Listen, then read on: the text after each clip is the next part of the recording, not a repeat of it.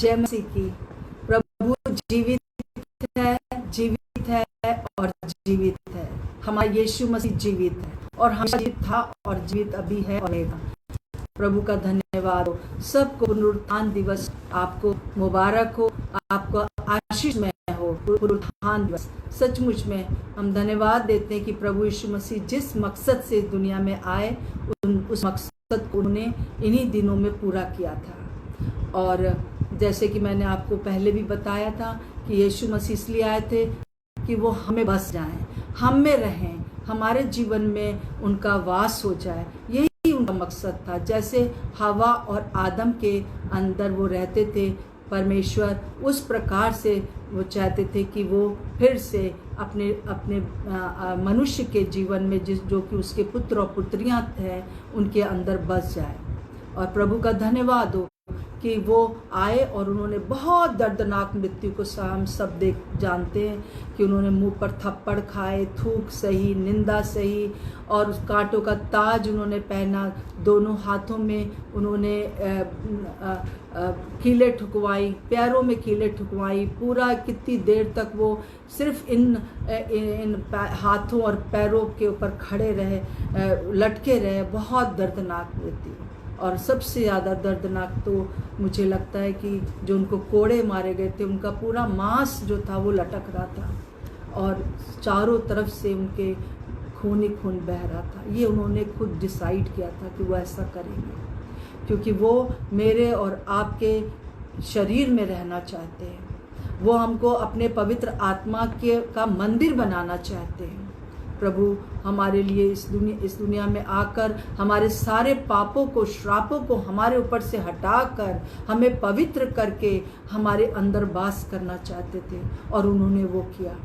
और प्रभु यीशु मसीह जो है वो तीसरे दिन मुर्दों में से जिंदा हो गए। ये एक बहुत अद्भुत बात है। जैसे कि हम देखते हैं कि रोमियो 8:11 में कि लिखा हुआ है, यदि उसी का आत्मा जिसने यीशु को मरे हुए में से जिलाया तुम में बसा हुआ है, तो जिसने मसीह को मरे हुए में से जिलाया वो तुम्हारी नश्वर देहों को भी अपने आत्मा के द्वारा जो तुम में बसा हुआ है जिलाएगा। हालेलुया। 2 बार यहाँ पर आया हुआ है, तुम में बसा हुआ है, तुम में बसा हुआ है वो आत्मा, वो पवित्र आत्मा जिसने यीशु मसीह को मुर्दों में से जिला दिया। मेरे प्रियो, वो आप में और मुझ में बसा हुआ है। प्रभु का धन्यवाद। जब हम उसको कहते हैं कि आइए मेरे जीवन में, तो प्रभु आ जाते हैं और हम में वास करते हैं। जैसा मैंने आपको 2 दिन पहले बताया था कि जब वो हम में वास करते हैं तो हम उसके पवित्र आत्मा का मंदिर बन जाते हैं।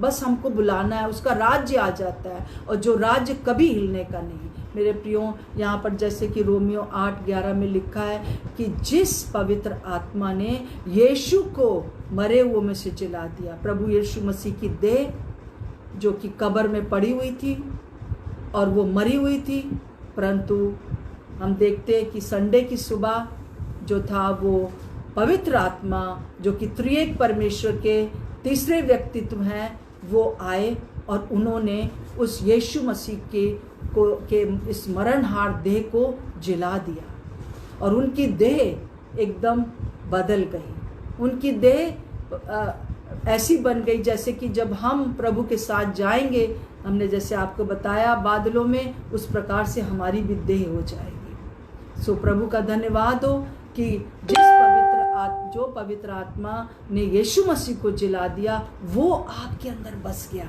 यही था उसका मकसद और वो मकसद उसने पूरा कर लिया। शैतान ने तो बहुत चाहा कि वो क्रूस पर ना मरे और वो जो है सबसे ज़्यादा जिंदा ना हो पाए, परंतु प्रभु का धन्यवाद हो कि वो मर के जिंदा हुए और वो आज मेरे और आपके अंदर वास करते हैं।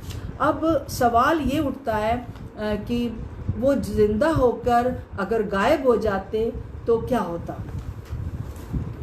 जिंदा होकर अगर प्रभु यीशु मसीह गायब हो जाते, सीधे अपना स्वर्ग चले जाते, तो क्या होता। क्यों वो 40 दिन तक रुके रहे, क्यों 40 दिन तक उन्होंने यहाँ पर लोगों से बातचीत की। पूरे सुसमाचार में, बाइबल में 10 जगह आया है कि प्रभु यीशु मसीह लोगों से उन पर प्रभु यीशु मसीह ने अपने आप को प्रकट किया। कभी ग्रुप में, कभी अकेले में, कभी 2 जन के साथ, परंतु प्रभु यीशु मसीह पूरे समय यहाँ पर रहे। और यहाँ पर कई बाइबल में चीज़ें दर्ज नहीं हैं कि परंतु मैं विश्वास करती हूँ कि 40 दिन तक उन्होंने बहुत से लोगों को विज़िट किया होगा, बहुत से लोगों को विज़िट किया होगा और कहा होगा, देखो मैं ज़िंदा हो गया हूँ, देखो मैं ज़िंदा हो गया हूँ और अब मैं जाता हूँ और पवित्र आत्मा के रूप में होकर फिर तुम्हारे अंदर आके रहूँगा, फिर ना कभी भी जो है मैं तुमसे अलग नहीं हुआ और ना कभी होऊंगा। ये हमारे लिए एक बहुत बड़ी उम्मीद है प्रभु के जीवित होने की। अब यीशु मसीह क्यों 40 दिन तक जीवित होकर दिखाई देते रहे, क्यों गायब नहीं हो गए? उसके 2 कारण मुझे लगते हैं। पहला कारण जो है वो ये है कि यहूदियों, उनको मालूम था कि यहूदी लोग जो हैं वो प्लान बनाएंगे कि मेरी मृत्यु और मेरे मृत्यु के बाद जीवित होने का जो मेरा प्लान है उसको वो झुठला दें, और ये हुआ भी। जब यीशु मसीह, जब कुछ स्त्रियां, हम देखते हैं मत्ती के 28 में और 2 से 15 अगर आप पढ़ेंगे तो हम देखेंगे कि यीशु मसीह जो थे वो जीवित हो गए। ये यहाँ वहाँ पर कुछ स्त्रियाँ थीं, उन्होंने भी देखा। और फिर उसके बाद वहाँ पर जो रोमी सरकार के जो सिपाही थे, जो बहुत कठोर होते थे, जो बहुत दृढ़ होते थे, उनके सामने क्या हुआ कि एक भूचाल आ गया। और भूचाल में वो पत्थर जो था वो एक स्वर्गदूत ने, यीशु मसीह की कब्र के ऊपर जो पत्थर रखा था वो एक स्वर्गदूत ने हटा दिया और उस पत्थर के ऊपर स्वर्गदूत बैठ गया जो बहुत चमकीला था। और ये देखकर जो था वो जो सिपाही थे, रोमी सिपाही, जिनको कि वहाँ पर पहरा देने के लिए रखा गया था, क्योंकि उन्होंने आकर रोमी सरकार से कहा, जो यहूदी याजक हुआ करते थे और उस समय जो फक्की फरीसी थे, जो इस पूरे यहूदी जाति के गुरु थे, उन्होंने आके कहा, उस धोखा देने वाले ने हमको ये कहा था कि वो मर जाएगा और 3 दिन जिंदा हो जाएगा, और ऐसा ना हो कि उसके चेले आकर उसके शव को ले जाएं और ये कहें कि वो जिंदा हो गया। ये तो धोखा होगा, ये पहले से भी बड़ा धोखा होगा। जो उसने कहा था कि मैं मसीहा हूँ, मैं सबके लिए मरने आया हूँ, ये तो धोखा था और ये और धोखा हो जाएगा। यहूदी लोग इस प्रकार से प्रभु यीशु मसीह को वो मसीहा नहीं मान रहे थे जो कि उनके वचन में लिखा हुआ था कि आएगा। और इसलिए उन्होंने जब कहा रोमी सरकार को, तो उन्होंने कहा तुम्हारे पास तो सिपाही हैं, तुम उनको बिठा दो। तो उन्होंने वहाँ पे बिठा दिया और उसमें राजा की जो सील थी वो लगा दी कि कोई भी उसको छूने भी ना पाए। और रात और दिन 3 दिन तक वो पहरा दे रहे थे। और जब उन्होंने ये मुआवजा देखा कि वो पत्थर हट गया और एक स्वर्गदूत ने आके पत्थर हटा दिया, और वो स्वर्गदूत जो है वो स्त्रियों से कह रहा है कि तुम किसको ढूंढ रही हो? जिसको तुम ढूंढ रही हो वो जिंदा हो गया है।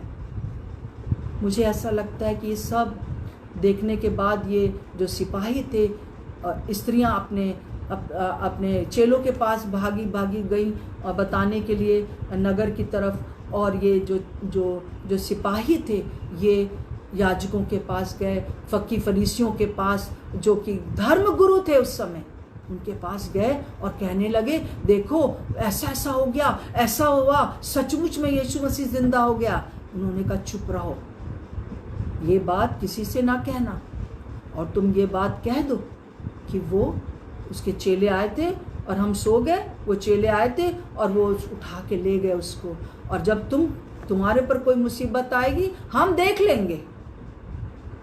और उन्होंने उनको कुछ पैसे दिए।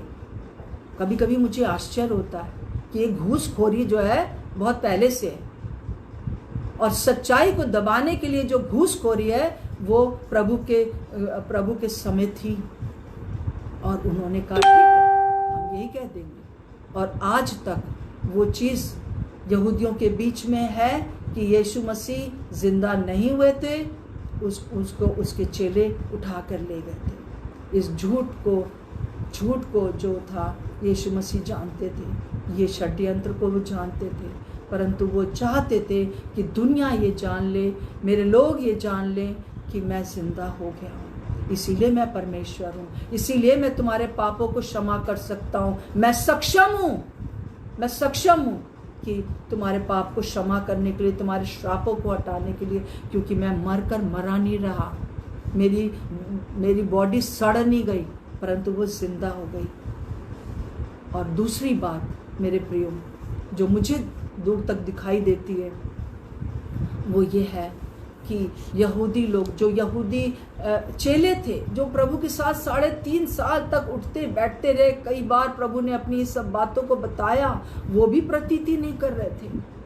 हम देखते हैं कि इस प्रकार से मरकुस उसका 16 के 9 और 11 में लिखा हुआ है, 9 और 11 में, 9 से 11 तक, कि जब मरियम मगदलीनी को प्रभु यीशु मसीह दिखाई दिए तो उसने जल्दी से जाके बताया अपने चेलों को, परंतु वहाँ साफ लिखा है कि उन्होंने प्रतीति नहीं करी। जो स्त्रियां गई थी वापस, वो स्त्रियों के बारे में भी लिखा है, उन्होंने उन स्त्रियों की प्रतीति नहीं करी, नहीं माना।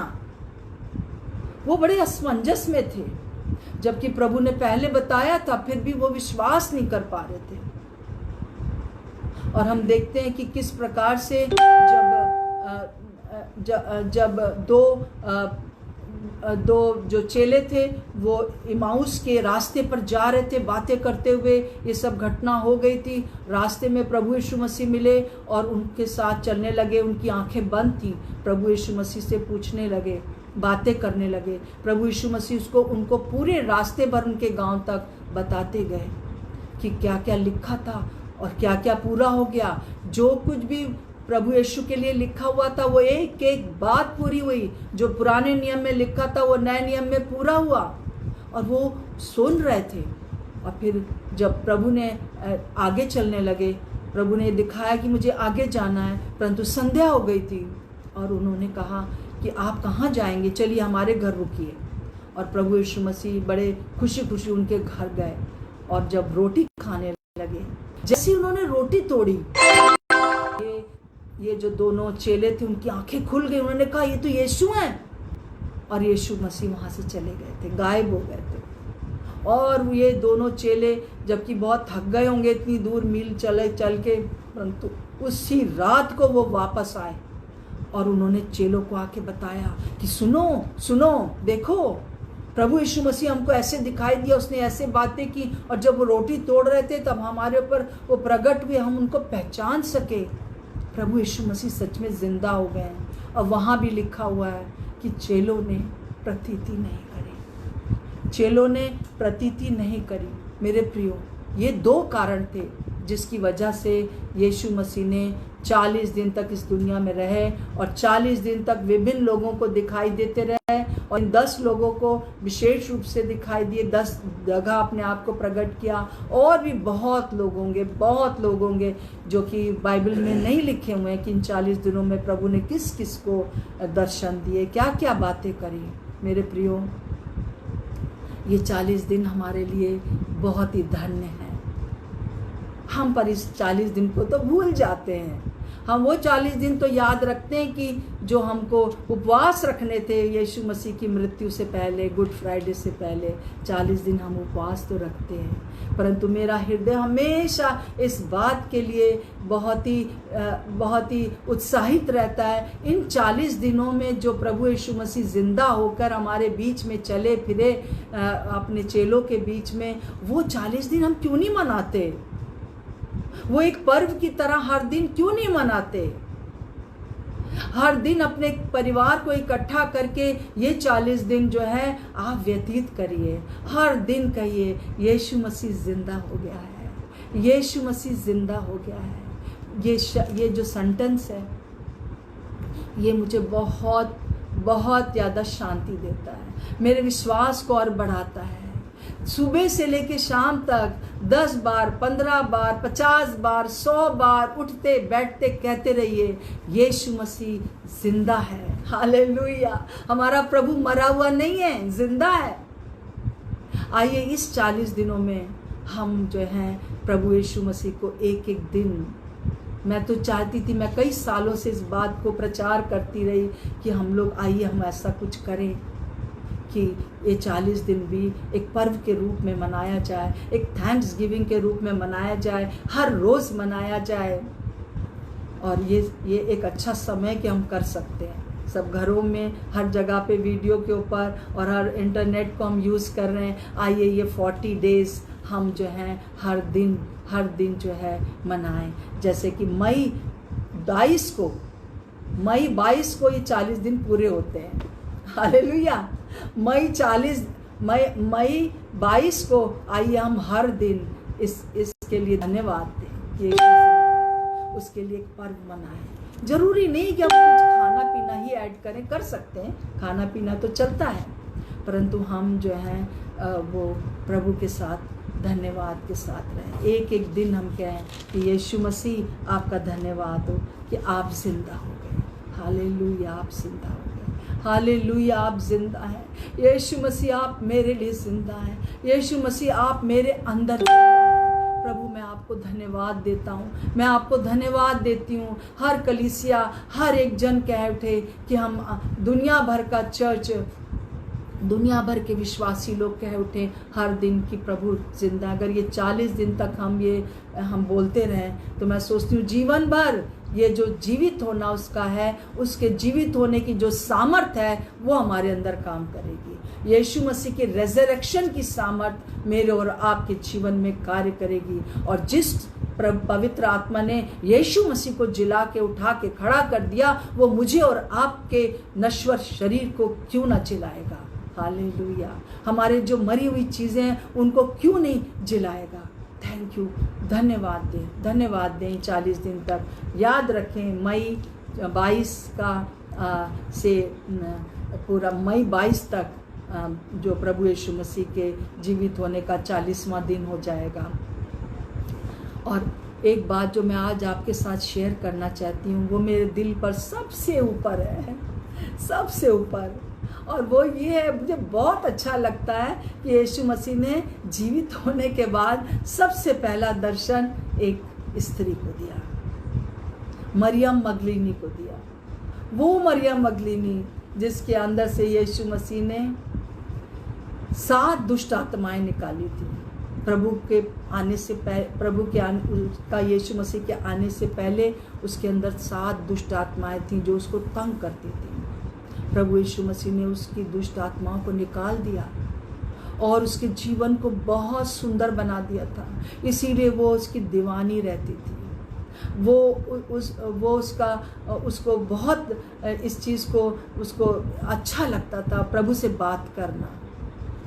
मेरे प्रियो, प्रभु यीशु मसीह वो उसके पिता थे और वो उसकी पुत्री थी। कई बार लोग उसके लिए बहुत गंदी बातें निकालते हैं। आज तक प्रभु के पीछा लोगों ने झूठी बातों के लिए छोड़ा नहीं है, परंतु उनको छोड़कर हम बस इस बात को देखें कि वो मरियम मगदलीनी जो कि एक स्त्री थी, पहले बहुत परेशान थी, परंतु प्रभु यीशु मसीह ने उसके अंदर शांति दे दिया था। और कई बार वो प्रभु जहाँ जहाँ जाते थे पीछे पीछे आती थी, उनके लिए उन और भी स्त्रियों के साथ मिलकर उनका पहुनाई करती थी। और ये स्त्री जो है वो जैसे कि हम देखते हैं यूहन्ना उसके 20वें अध्याय में, और ये पूरा वाक्यात लिखा हुआ है 1 से 18 तक। वहाँ पे लिखा हुआ है कि यीशु मसीह जो थे वो मरे हुए उसको 3 दिन हो गए थे और संडे का दिन था, और वो सुबह ही वो आ गई। और उसने जब देखा कि कब्र पर से पत्थर हटा हुआ है, वो सोच रही थी कब्र पर से पत्थर कौन हटाएगा। परंतु कब्र पर से पत्थर हटा हुआ है। मेरे प्रियो, कई बार हम सोचते हैं हमारी समस्याओं के ऊपर से, हमारे जीवन पर से ये पत्थर कब हटेगा, परंतु यीशु मसीह जब जीवित हो गया तो वो पत्थर हट चुका है। और जैसे उसने अंदर जाके देखा, यीशु मसीह का शव वहां नहीं है, एक लिपटा हुआ कपड़ा रखा हुआ है। वो तुरंत भागकर चेलों को बुला के लाई, और यूहन्ना और पतरस उसके साथ भागे भागे चले आए। और उन्होंने जब जाके देखा कि वहाँ पे सचमुच में ये स्त्री ठीक बोल रही है, तब जो है उन्होंने वहाँ पर रुके नहीं, वो अपने घर वापस चले गए, लिखा हुआ है। परंतु ये स्त्री मरियम मगदलीनी वहीं पर कब्र के पास खड़े होकर रोने लगी, और उसको भी ऐसा लग रहा था कि कंफ्यूजन में थी कि जीवित हो गए, कि कोई उसको माली वाली उठा के कोई ले गया उसको। और वो कह रही, वो अपने मन में उसने दृढ़ निश्चय कर रखा था, जब तक कि मैं अपने यीशु को देख नहीं लूँगी मैं यहाँ से नहीं जाऊँगी। मेरे प्रिय, प्रभु ने जब उसकी ये एक हृदय की दृढ़ता देखी, प्रभु को उसके सामने आना पड़ा। प्रभु ने कहा, उसको दर्शन देख के, मरियम। और जब उसने उसको, पहले तो वो पहचानी नहीं, उसने कहा कि सोचा कि कोई बगीचे में यहाँ पर जो कोई माली है, उसने कहा क्या आपने मेरे प्रभु को देखा, उसकी शव को देखा, मुझे बता दीजिए, मैं उसको उस शव को देखना चाहती हूँ। परंतु प्रभु ने जब उसका नाम लिया मरियम, और उसने एकदम से कहा, रबूनी, हे गुरु, आप जिंदा हैं। अरे बहुत खुश हो गई वो। परंतु प्रभु यीशु मसीह ने कहा कि तू क्यों रोती है, हे नारी, तू क्यों रोती है, तू किसको ढूंढती है।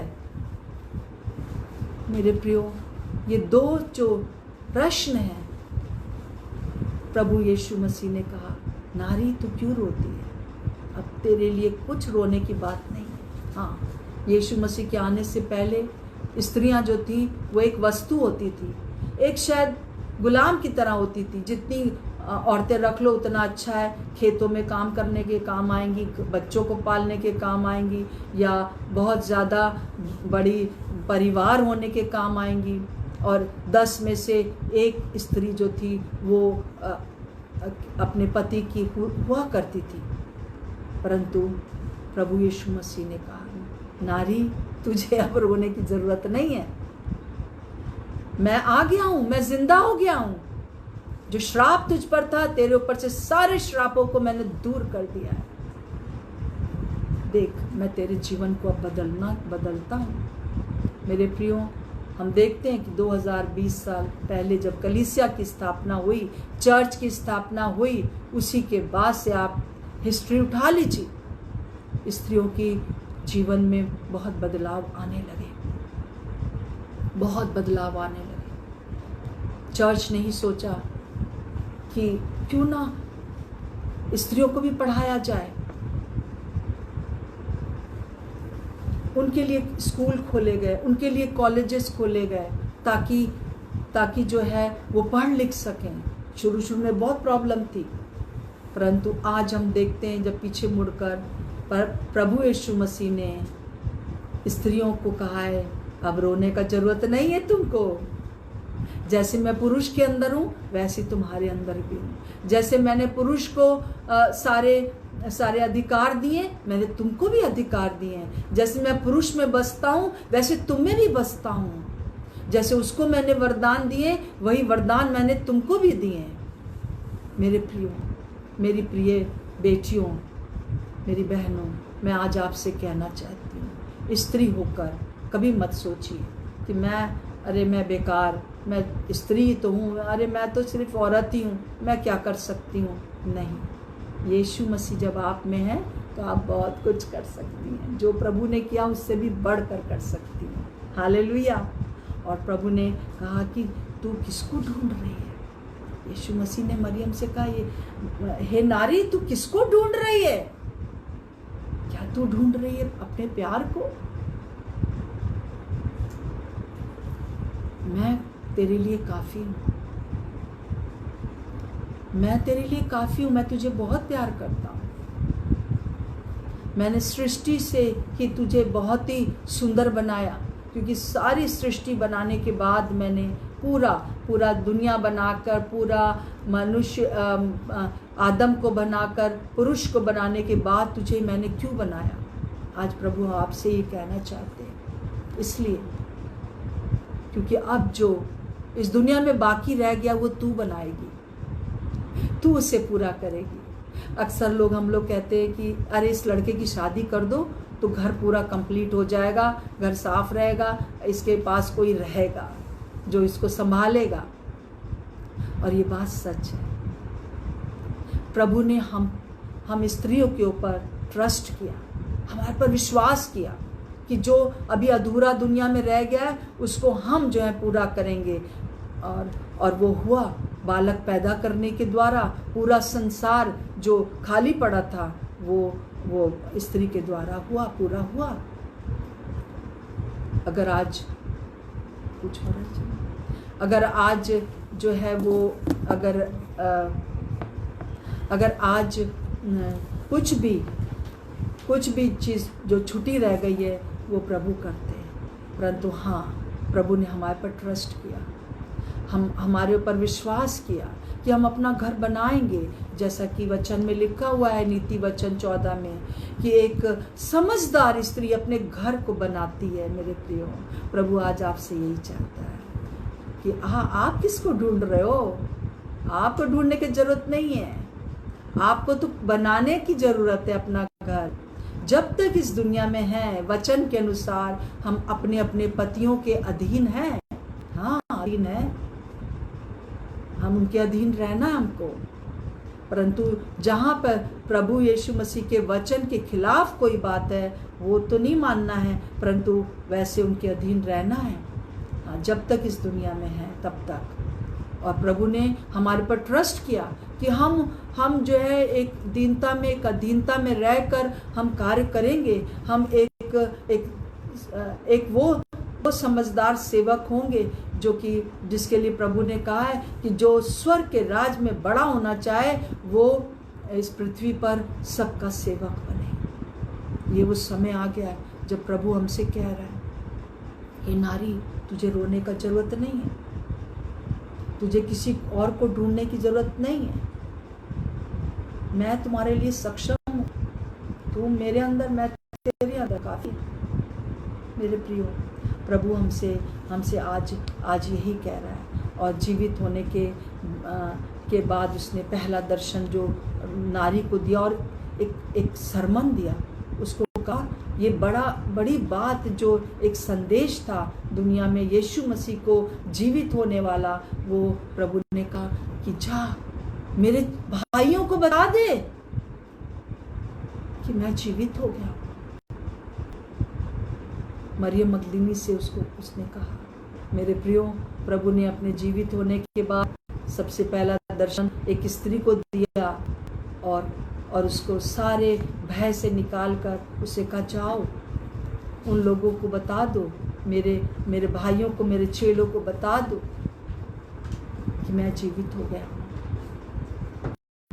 आपको मुझे प्रभु ने ये एक प्रिविलेज दिया है कि हम भी अपने पतियों के साथ जाकर, अपने पास्टर जी के साथ जाकर लोगों को ये संदेश दे दें कि हाँ, प्रभु यीशु मसीह जीवित है, प्रभु यीशु मसीह जीवित है।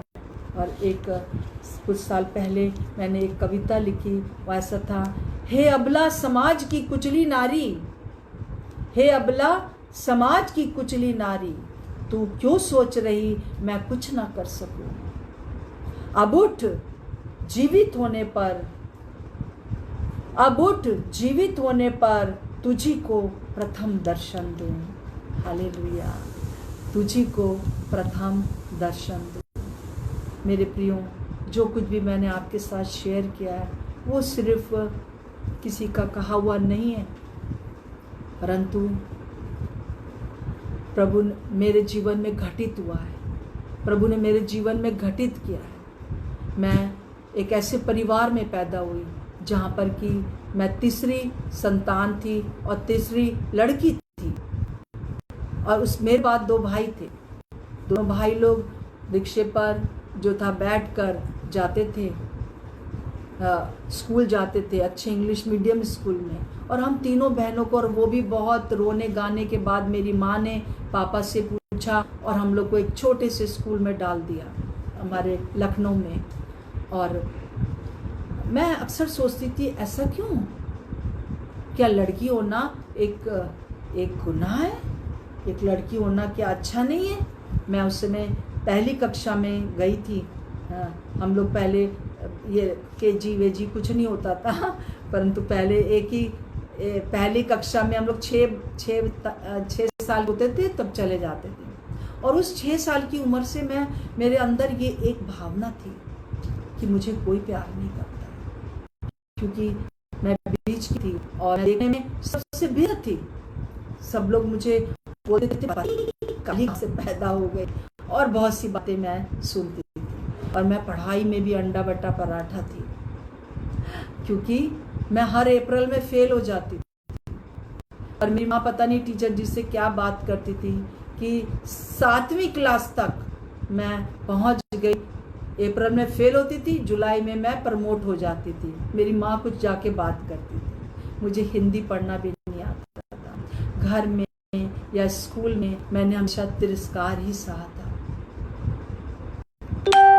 और मैं ये सोचती थी कि क्या कोई है जो मुझे प्यार करता है, क्या कोई ईश्वर है जो मुझे प्यार करता है।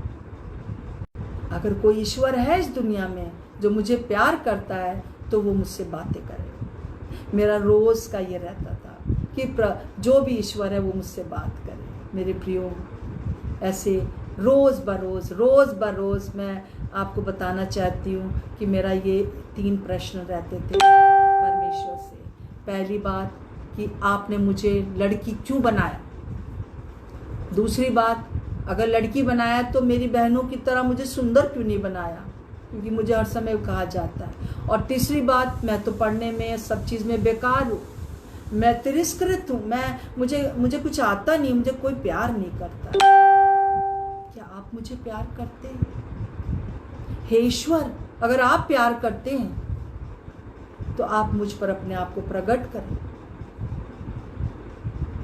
तब मैं जान जाऊंगी। आप मुझसे बोलिए, आप मुझसे बोलिए, बात करिए। मेरी रोज की जिद रहती थी ईश्वर से।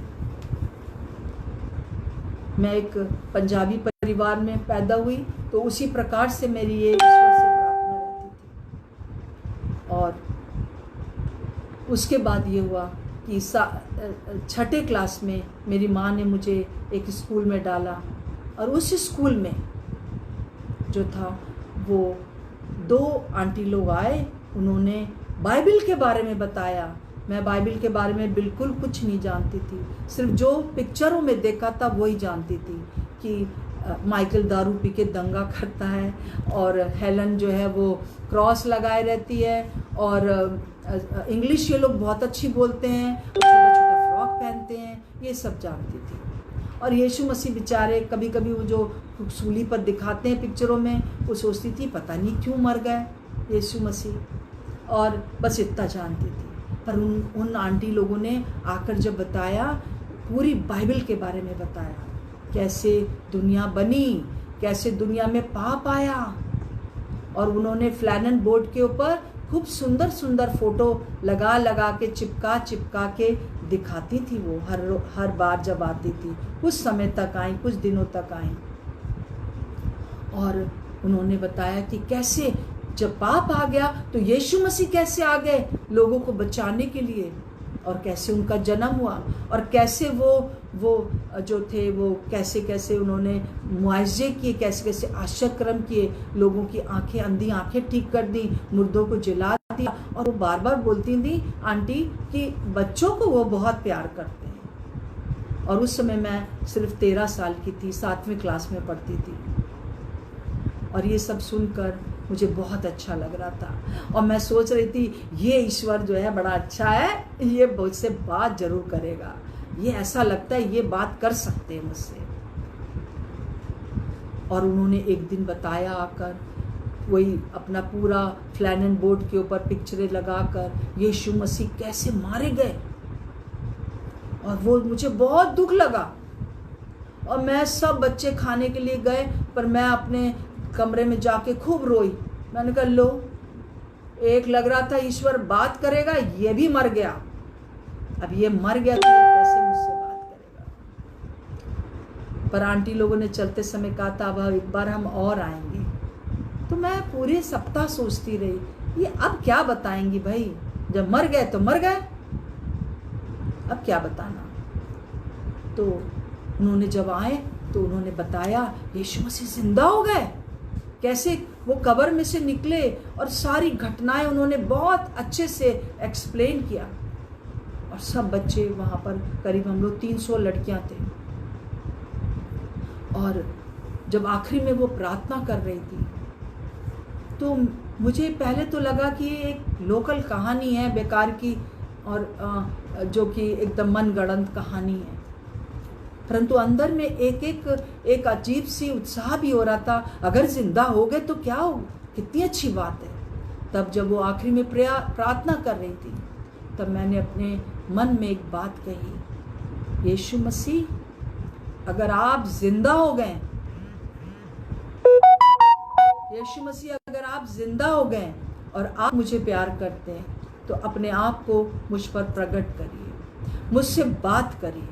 मैं आपके, सारी दुनिया छोड़कर मैं आपके पीछे चल दूंगी।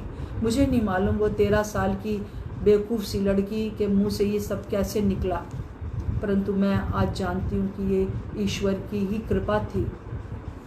और उसी समय जैसे ये सेंटेंस मेरे मुंह से निकले, उसी समय मेरे यहाँ पर एक ऐसा लगा जैसे कि एक रोशनी जैसे शुरू हुई, एक दिए की रोशनी जैसे शुरू हुई, और वो रोशनी जो थी वो मेरे पूरे चारों तरफ मुझे घेर लिया उस रोशनी में। और मुझे लगा कि कोई है जो कि मुझे गोदी में उठाए हुए है, और उसकी मैं गोदी में हूँ, और इस प्रकार से वो मुझे अपने हाथों से लिए हुए। और मेरे एक आवाज़ आई, मेरे प्रियो, बहुत ही सुंदर, बहुत ही धीमी आवाज़ थी। मेरा घर का नाम रानी है, ऐसे मुझे स्नेहलता कहते हैं। और यीशु मसीह ने मुझे मेरे घर के नाम से बुला के कहा, रानी मैं तुझे बहुत प्यार करता हूँ। ये एक सेंटेंस ने मेरे जीवन को, मेरे प्रियो, बदल दिया। बिल्कुल मरियम मगदलीनी की तरह। नारी तू क्यों रोती है, तू किसको ढूंढती है? मैं तो दुनिया में लोगों के प्यार को ढूंढ रही थी, परंतु प्रभु यीशु मसीह ने उस दिन मेरे जीवन को बदल दिया। मेरी एक बहुत लंबी कहानी है जिसमें हर दिन मैं आपसे कहना चाहती हूँ, हर दिन मेरे जीवन में प्रभु यीशु जिंदा है, और वो मुझसे कहता है मैं तुझे प्यार करता हूँ। कई बार मुझसे गलतियाँ भी हुई हैं, परंतु उसने कहा, जब कभी भी वापस गई उसने कहा, I love you my daughter. मेरे प्रियो, आज प्रभु यीशु मसीह आप सबसे कहना चाहता है, विशेष रूप से जो मेरी प्यारी बहनें सुन रही हैं, मेरी बेटियां सुन रही हैं, उनके लिए मैं कहना चाहती हूँ, यीशु मसीह आपको बहुत प्यार करता है, और प्रभु आपसे कहना चाहता है, तुम मेरे लिए बहुत इम्पोर्टेंट हो, तुम मेरे लिए बहुत इम्पोर्टेंट हो। और हर एक नारी ये ना सोचे कि वो बेकार है, वो कुछ कर नहीं सकती है। बहुत सी स्त्रियां आगे बढ़ रही हैं, परंतु आज भी बहुत सी महिलाएं अपने आप को बहुत नीचा सोचती हैं, परंतु प्रभु यीशु मसीह आपसे कहना चाहते हैं कि ये बात आप कहें अपने अंदर, जो मैंने एक कविता के रूप में लिखी है। मैं नारी निर्बलता से छुड़ाई गई हूँ, हालेलुया। मैं नारी निर्बलता से छुड़ाई गई हूँ, वीर सिपाही होने के लिए बुलाई गई हूँ। आप कोई ऐरे गैरी नत्थु नहीं है। प्रभु कह रहे, मैं नारी निर्बलता से छुड़ाई गई हूँ, वीर सिपाही होने के लिए बुलाई गई हूँ। जब प्रभु यीशु हमारे साथ है तो डर की क्या बात है। जब यीशु हमारे साथ है, जो जीवित यीशु हमारे साथ है, तो डर की क्या बात है। मैं नारी जयवंत होने के लिए बुलाई गई हूँ। हम ना सोचे कि हम बिल्कुल हारे हुए हैं, बेकार है, मैं ना करते रहे। हर एक सेल्फ पिटी से ऊपर आए, हर एक आत्म जो हीन भावना उससे ऊपर आए, और प्रभु आपसे कह रहा है और कि आप ये कहें, मैं नारी जयवंत होने के लिए बुलाई गई हूँ।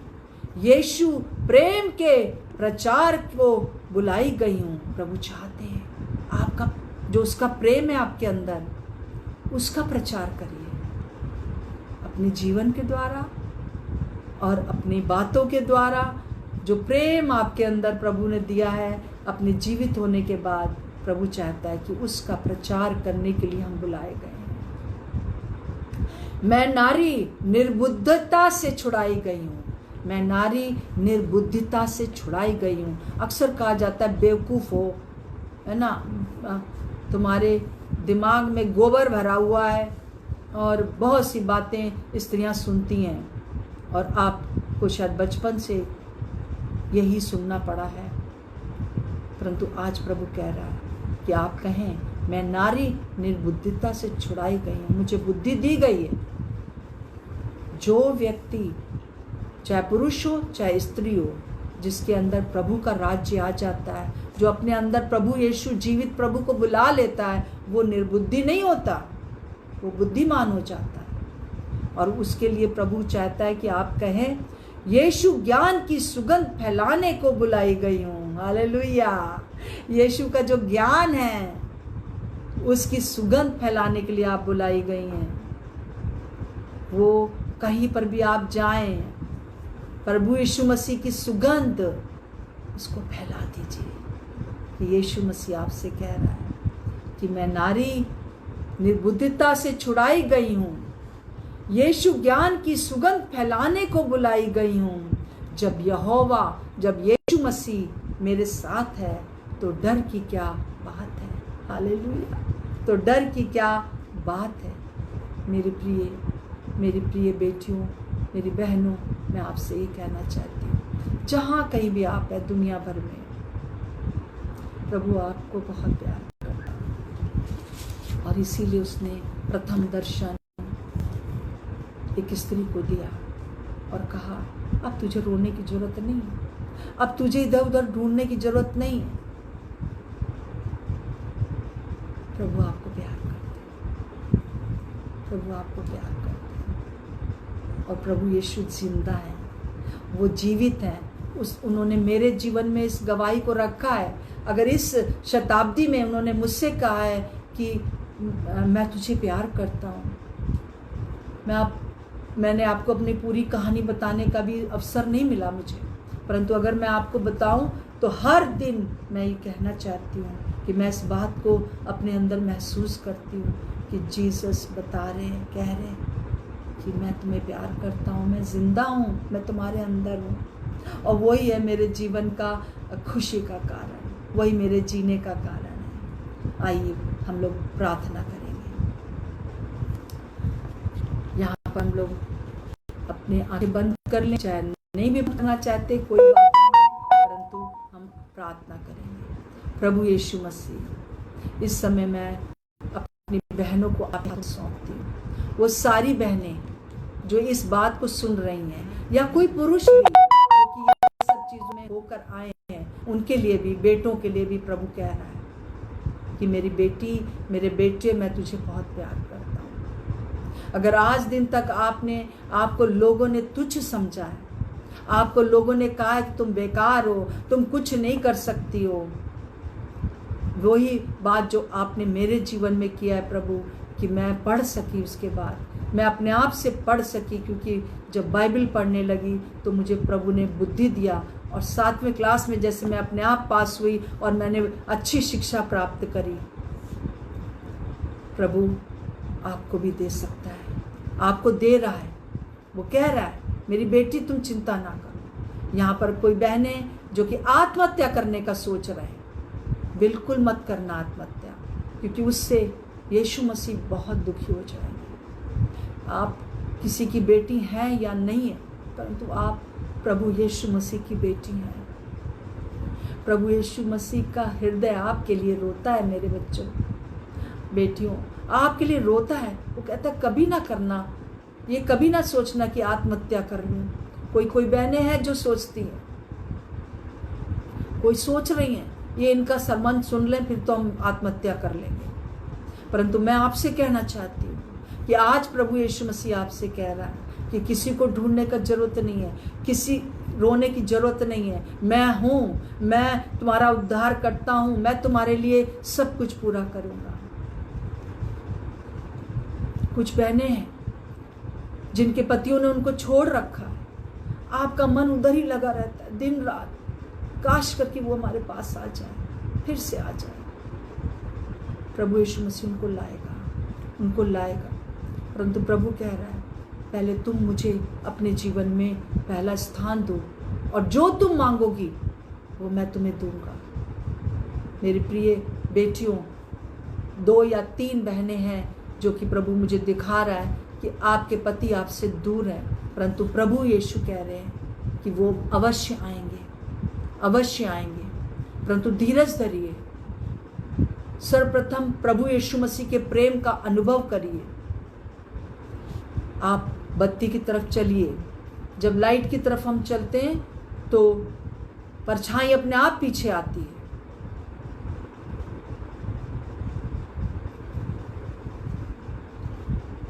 अगर कुछ बहनें ऐसी हैं जो अपने बच्चों से परेशान हैं, प्रभु यीशु मसीह आपसे कह रहे हैं,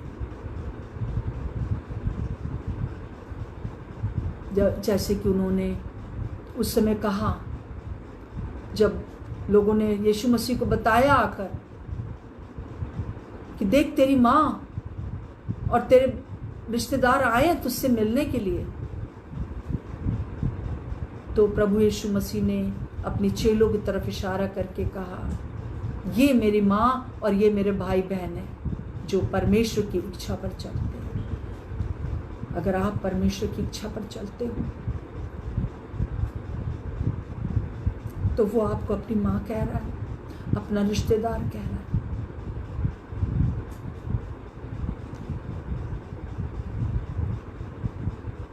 मेरी प्रिय बेटी, अगर आपने पिछले दिनों अपना अबॉर्शन कराया और उससे आप बहुत विचलित हैं, आपका मन उदास है, यहाँ प्रभु हैं जो आपको क्षमा कर रहे हैं। वो कह रहे हैं हाँ तूने हत्या तो की है,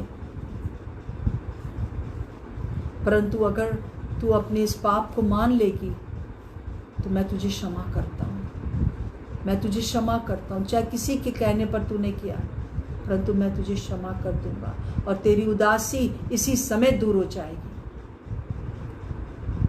अगर कोई बहनें जो कि मानसिक रूप से प्रताड़ित हैं, मानसिक रूप से परेशान हैं, इसी समय वो शक्तियाँ जो कि आपके मन को, आपके दिमाग को हर समय एक परेशानी में रखती हैं, आपको नींद नहीं आने देती हैं, यीशु के नाम से मैं हुक्म देती हूँ इसी समय आप बिल्कुल स्वतंत्र हो जाएं। वो सारी दुष्ट शक्तियाँ बिल्कुल दूर हों आपके पास से। आज से आप बहुत अच्छी नींद से सोएंगे। वो दुष्ट आत्मा जो आपको सोने नहीं देती, चिंता में रखती है, वो चली गई है। मेरे प्रिय बेटियों, प्रभु आपको प्यार करता है। यीशु मसीह जीवित है, यीशु मसीह जल्द आने वाला भी है, उसके लिए तैयार रहिए। Hallelujah, hallelujah. प्रभु हम आपको धन्यवाद देते हैं, आपको धन्यवाद देते प्रभु जी। जितने भी ये सुन रहे हैं, चाहे आपको जानते हैं या नहीं जानते हैं, परंतु आप उन्हें प्यार करते हैं। आप उनके लिए दुनिया में आए, दर्दनाक मृत्यु को सहा, मारे गए, गाड़े गए और तीसरे दिन जिंदा हो गए। हालेलुया, तीसरे दिन जिंदा हो गए। और आज आप कहते हैं क्योंकि मैं जिंदा हूँ इसलिए मैं तुम्हारे अंदर आ सकता हूँ, पवित्र आत्मा के रूप में मैं तुम्हारे अंदर आ सकता हूँ। पवित्र पिता परमेश्वर, हर एक का मन इस समय शांति से भर जाए। हर एक का मन शांति से भर जाए। अगर कोई बीमार है उसकी सारी बीमारियां दूर हो जाए, अर्थराइटिस की बातें यीशु के नाम से दूर हो जाए। हर एक प्रकार से ब्लड प्रेशर यीशु के नाम से जाता रहे। हर एक प्रकार का पेट का प्रॉब्लम यीशु के नाम से दूर हो जाए। ये बवासीर की दुष्ट शक्ति यीशु के नाम से दूर हो जाए इसी समय। डायबिटीज, हर एक प्रकार की यीशु के नाम से जाती रहे इस समय। प्रभु आपका धन्यवाद हो, प्रभु आपका धन्यवाद हो कि आपने मेरी इन लोगों को जो देख रहे हैं उनको चंगा किया है, उनके घुटनों के दर्द को ठीक किया, उनके कमर के दर्द को ठीक किया है। आपके ऊपर जो श्राप चले आ रहे हैं कि ऐसा लगता है कि कोई काम बन नहीं रहा है, अब बनेगा, अब काम बनेगा।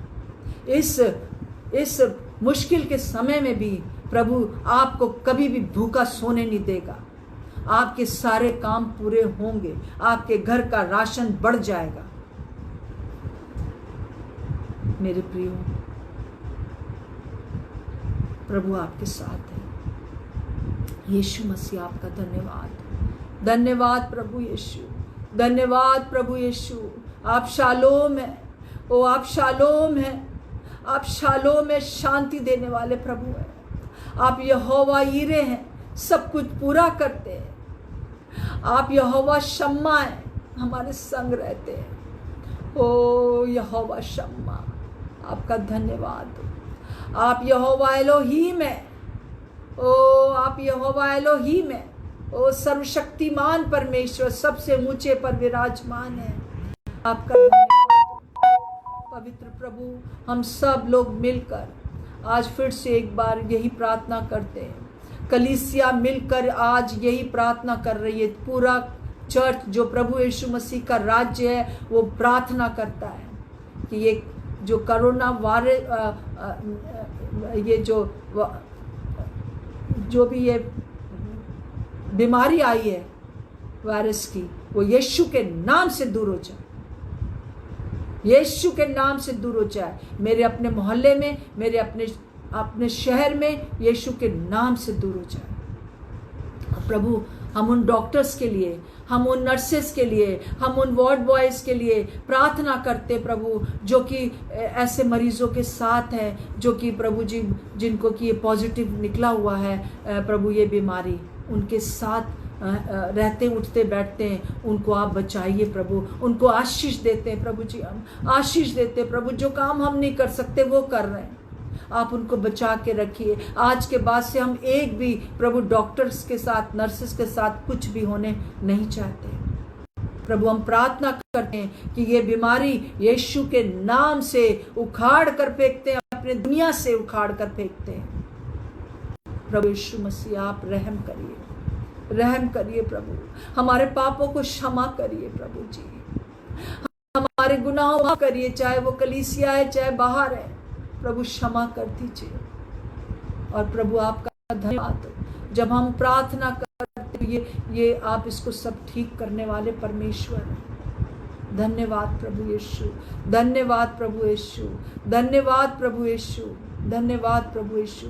हम इस समय अपने सारे नेतागण के लिए भी प्रार्थना करते हैं, अपने मोदी जी के लिए प्रार्थना करते हैं, और सारे जो उनके अधिकार अंडर हैं उन सब के लिए प्रार्थना करते हैं प्रभु। एक ऐसा प्रभु जी उनको बुद्धि दें और समझ दें, जिससे कि प्रभु इस बड़ी आफत से बचने के लिए, हमारे देश के लिए एक अच्छा प्रभु इंतजाम किया है उन्होंने, और आगे अच्छा कर सके।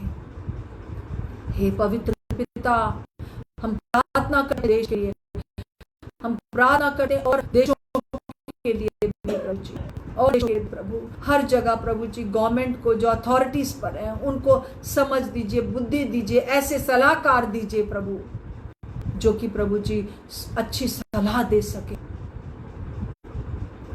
जिससे कि इस बीमारी से जो लोग जूझ रहे हैं उससे बाहर आ सके, राहत पा सके प्रभु। जो कि गरीब लोग हैं उनके लिए हम प्रार्थना करते प्रभु। प्रभु जिनके पास खाने को नहीं है प्रभु जी, आप उनका इंतज़ाम करें, किसी के मन में डालें प्रभु जी कि वो उनके लिए इंतज़ाम कर सके, और जो जिनके पास है प्रभु जी वो निकाल कर इस समय अपने अपने भंडार से निकाल कर दूसरों को दे सके प्रभु जी। ओ एक ऐसा मन डाल दीजिए प्रभु जी, दया का मन डाल दीजिए प्रभु जी। अगर एक एक परिवार एक दूसरे परिवार की सहायता करे हमारे देश में, तो कोई भी भूखा नहीं रहेगा हमारे मोहल्ले में प्रभु।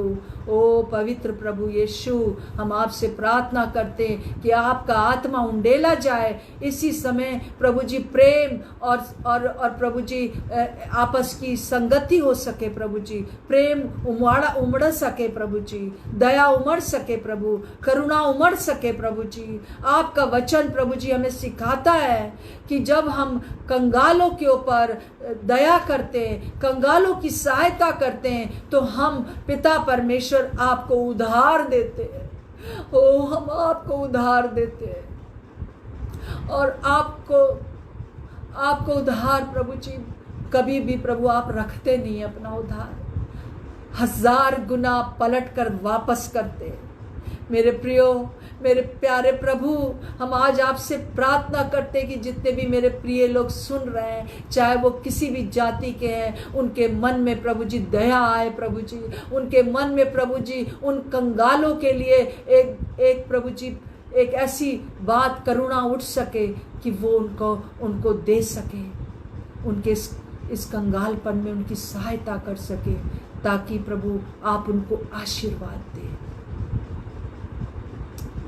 प्रभु आपका धन्यवाद हो कि आपने हमारी प्रार्थना को सुना है, और मैं प्रभु यीशु मसीह की दासी होने के नाते मैं सबको जो सुन रहे हैं इस समय, उन सबको आशीर्वाद देती हूँ, आशीर्वाद देती हूँ, आशीर्वाद देती हूँ। और मैं इस बात के लिए क्लेम करती हूँ, यीशु मसीह आप जो जीवित हैं, आप जो जीवित हैं, आप जो प्रेम करने वाले हैं, हमारी प्रार्थना को सुनने वाले हैं, हम आपको धन्यवाद देते हैं। और ये प्रेम और ये जीवित होना हमारे जीवन में बना रहे, यीशु मसीह नासरी के नाम से मांगते हैं, आमीन आमीन। धन्यवाद, आप सबको धन्यवाद। और अब मैं आपसे कहना चाहती हूँ, कल को छोड़कर 15 तारीख को फिर मैं आपसे इसी समय 2:30 बजे फिर से मुलाकात करना चाहती हूँ। मेरे मन में प्रभु जो भी कहेगा आपको बताने के लिए, ख़ास तौर से यीशु मसीह ने जीवित होने के बाद क्या किया, वो मैं आपको बताना चाहती हूँ, किस किस से मिले और उससे हमें क्या शिक्षा मिलती है। बहुत बहुत धन्यवाद मुझे देखने के लिए, मुझे अप्रिशिएट करने के लिए। प्रभु आपको बहुत आशीष दे। आमीन आमीन। Shalom shalom shalom.